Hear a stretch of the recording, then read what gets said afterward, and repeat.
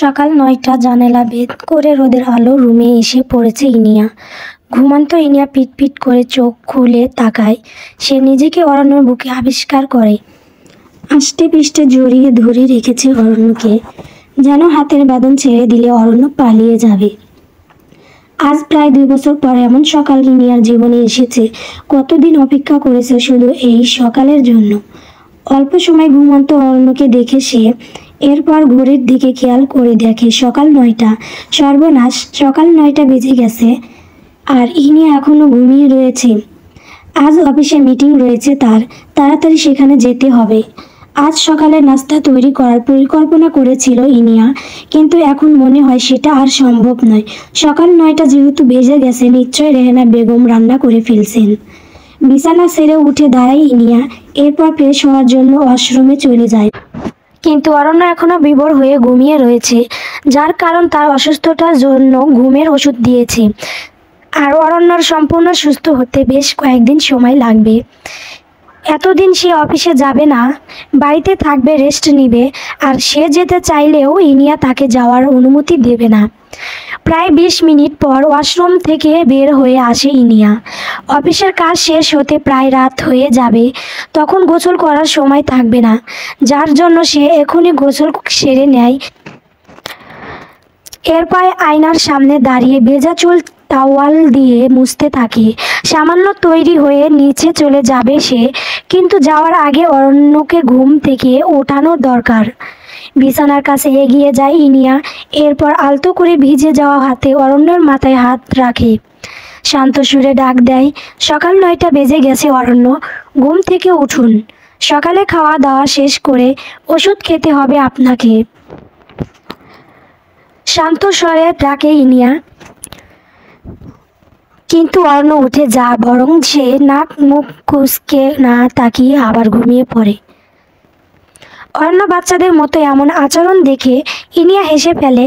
ঘুমান্ত অবস্থায় অরণ্যকে অদ্ভুত সুন্দর দেখায়।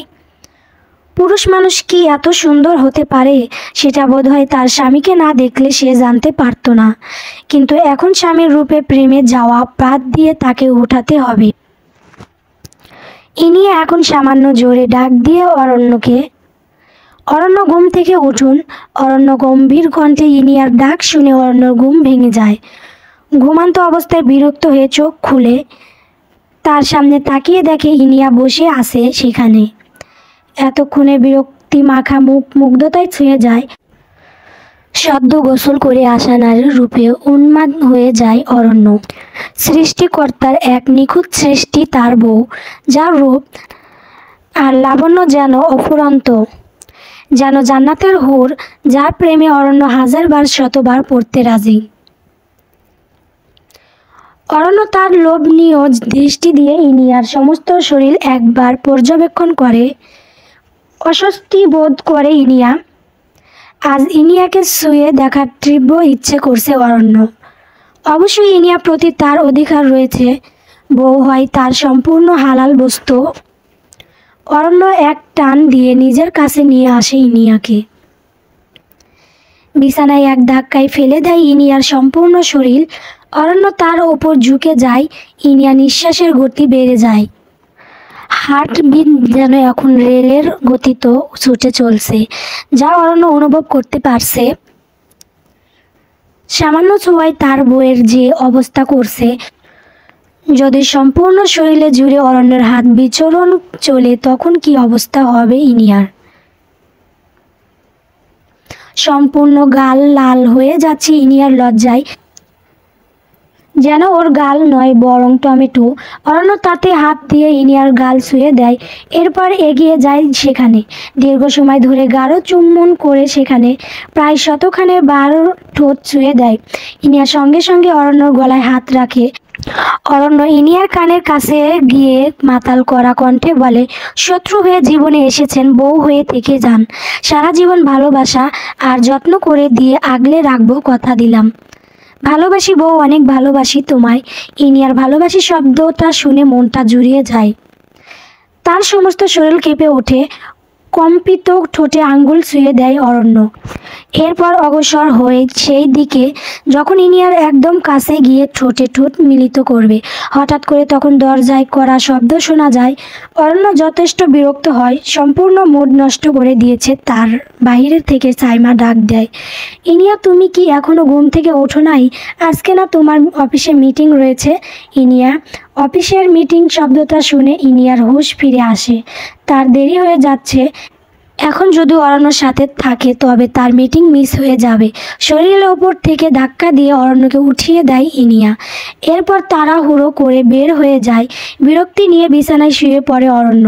দরজা খুলে দেয় ইনিয়া। সাইমা বলে, এত দেরি কেন করলে ঘুম থেকে উঠতে? আম্মু কখন থেকে খাবার খাওয়ার জন্য ডেকে যাচ্ছে তোমাদের। তাড়াতাড়ি নিচে যাও, না হলে কিন্তু বকা খাবে। রেহেনা বেগম সকালের খাওয়া দাওয়ার ব্যাপারে যথেষ্ট কড়া। সাইমার সাথে ইনিয়া নিচে চলে যায়। তবু আয়ান তার মামার ঘরের ভিতরে আসে। এতক্ষণ সাইমার কোলে ছিল সে। বিছানার উপর হয়ে শুয়ে পড়ে অরণ্য। বাড়ির প্রত্যেক সদস্য তার শত্রু। বউ এমনি তার থেকে দূরে দূরে থাকে, আর যখন বউ তার কাছে আসতে চায় তখন বাড়ির কেউ এসে বিরক্ত করে। মনে হয় না এই জন্মে অরণ্যর বাসর হবে। বিয়ের প্রায় 3 বছর হয়ে গেল, কিন্তু এখনো বাসর হলো না, কি দুঃখের বিষয়। আয়ান রুমে প্রবেশ করে, বিছানায় শুয়ে থাকা অরণ্যর কাছে ছুটে যায়। এরপর আদুরে সুরে বলে, মামা কি হয়েছে তোমার? তুমি এমন করে বিছানায় শুয়ে আসো কেন? আয়ানের কণ্ঠ শুনে অরণ্য এগিয়ে আসে তার কাছে। এরপর কোলে তুলে নেয়। অরণ্য বলে, বইয়ের সাথে রোম্যান্স করতে চেয়েছিলাম, কিন্তু তোর মা সেটা হতে দিল না। এখন আর কি করার, চলো খেলা করি। অরণ্য থেকে রোমান্স শব্দটা শুনে আয়ান সেটা জানার চেষ্টা করে এইটা কি, কিন্তু তার বাচ্চার মাথায় এই শব্দের মানে খুঁজে পায় না। আয়ান বলে, মামা রোমান্স কি? এইটা কি খাওয়ার জিনিস? আম্মু কি তোমার থেকে এই জিনিস কেড়ে নিয়েছে? এর মানে তুমি এখন বুঝবে না আয়ান, বড় হলে অবশ্যই জানবে। এখন তুমি এখানে বসো, আমি ওয়াশরুম থেকে ফ্রেশ হয়ে আসি, এরপর একসাথে খেলাধুলা করব। ওকে মামা। সকালে খাওয়ার টেবিলে সকলে নাস্তা করার জন্য উপস্থিত হয়। অরণ্য, ইনিয়া সহ সাইমা আর তার স্বামী। সাইমার স্বামী অনেক দিন বিদেশে থেকেছে, তার সমস্ত ব্যবসায় বেশিরভাগ বিদেশে, যার জন্য তাকে সেখানে থাকতে হয়। জরুরি কাজের জন্য অরণ্য ইনিয়ার বিয়ের অনুষ্ঠান সে উপস্থিত হতে পারে নাই, যার জন্য তাদের বিয়েতে কোনো গিফট দিতে পারে নাই। সাইমার স্বামী রাব্বি বলে, অরণ্য ভাইয়া তোমাদের বিয়েতে আমার কিছুই গিফট দেওয়া হয় নাই, যার জন্য আমার আর সাইমার তরফ থেকে হানিমুনের টিকিট তোমাদের জন্য। রাব্বির থেকে হানিমুন টোর কথা শুনে অরণ্য খুশি হয়ে যায়। একে বলে হয়তো মেঘ না চাইতেই বৃষ্টি। অরণ্য তার থেকে টিকিট নেয়। ইনিয়া দীর্ঘশ্বাস ফেলে।